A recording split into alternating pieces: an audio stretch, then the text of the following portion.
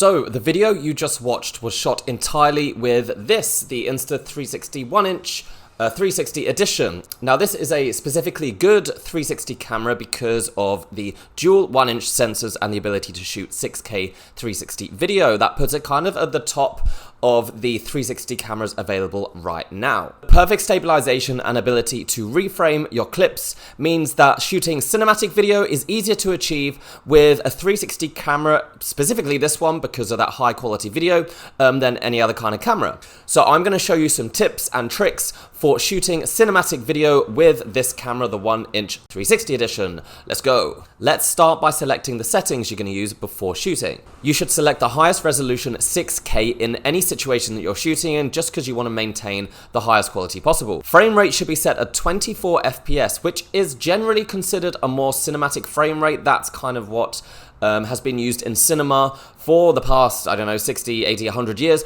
But to be honest, in these kind of action cameras, it doesn't make a huge difference, but you may as well use it. When shooting in daylight, you can leave the camera settings on automatic. But when shooting in low light conditions, choose manual mode and try and keep the ISO to around 400 or less.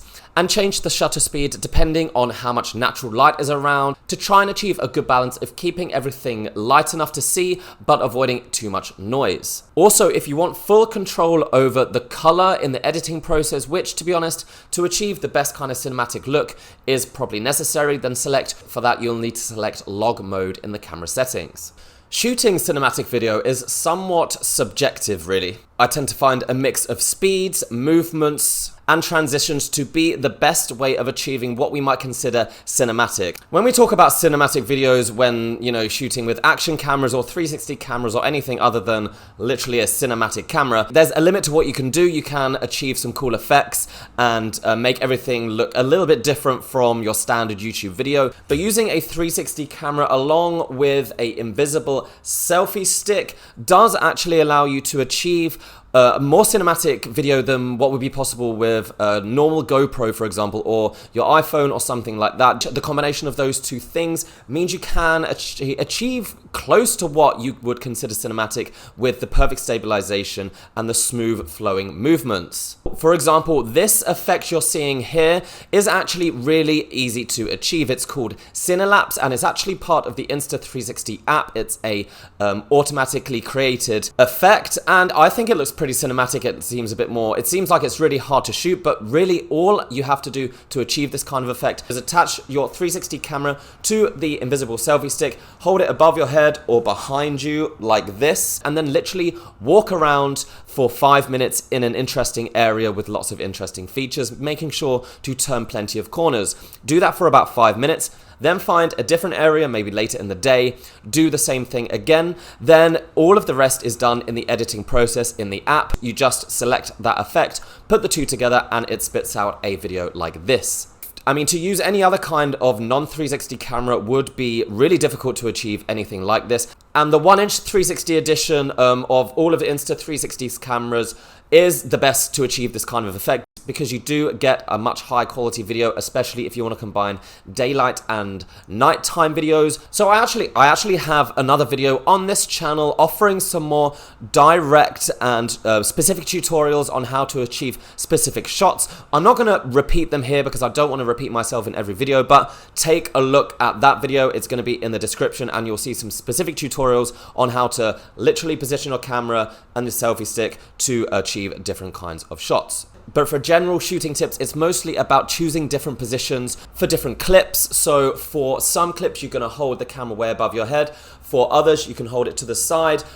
Some you'll be shooting from the ground. Some you'll be moving with the camera. And some the camera should be still and everything else should be moving around you. Just vary the type of videos that you shoot. But to be honest, guys, getting a cinematic effect, or the best we can do with this kind of camera, is 90% done in the editing. So let's take a look at that. Here is where you can really get control over your videos and get some cinematic effects. So we call it reframing, taking your 360 video and shooting first, pointing later, and allowing you to get these kind of smooth movements that you've seen in my channel and probably other channels using 360 cameras. This can be achieved in either the Insta360 app or the desktop studio. And in these programs is where you'll also select the more cinematic aspect ratio, which I used in the video you saw at the start. Now, I do think that this is one of the main things that makes a video look a little bit more cinematic rather than full screen. So again, I'm not going to take you through the whole process of reframing and everything. There is, again, videos on this channel to show you how to do that because it would take a long time, but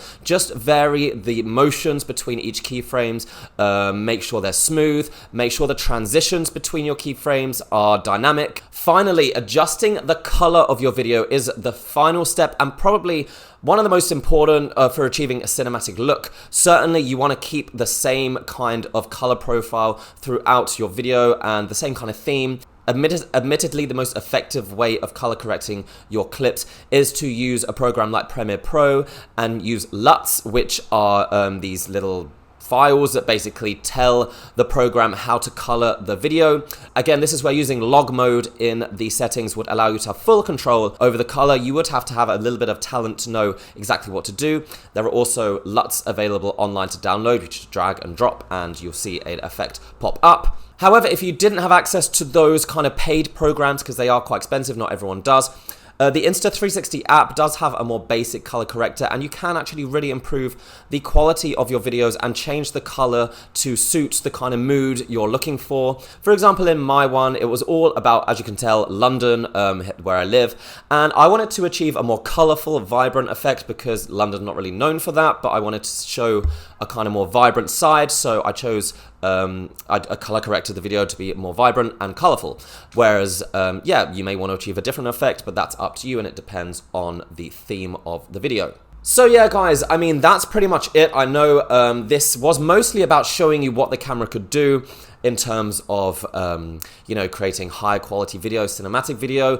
Obviously, the lots of the things I've said apply to basically all cameras, most 360 cameras as well. But if you were brand new and you wanted to know specifically what 360 cameras could do in a cinematic way, then this hopefully has shown you, and some of these basic tips and tricks as well. Honestly, it literally took me a day of filming and probably about an hour or two editing, so if I can do that in that short amount of time, if you really put your mind to it, you could achieve something a lot better. I'm sure many people have already.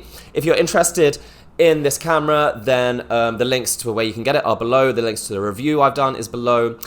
Subscribe if you want to see more from this camera and all the other ones coming out in the next few months and weeks and years. So yeah, that's it, guys. I've got more tutorials coming up soon and more stuff shot with this camera. Hope you enjoyed that, guys. See you around. Bye.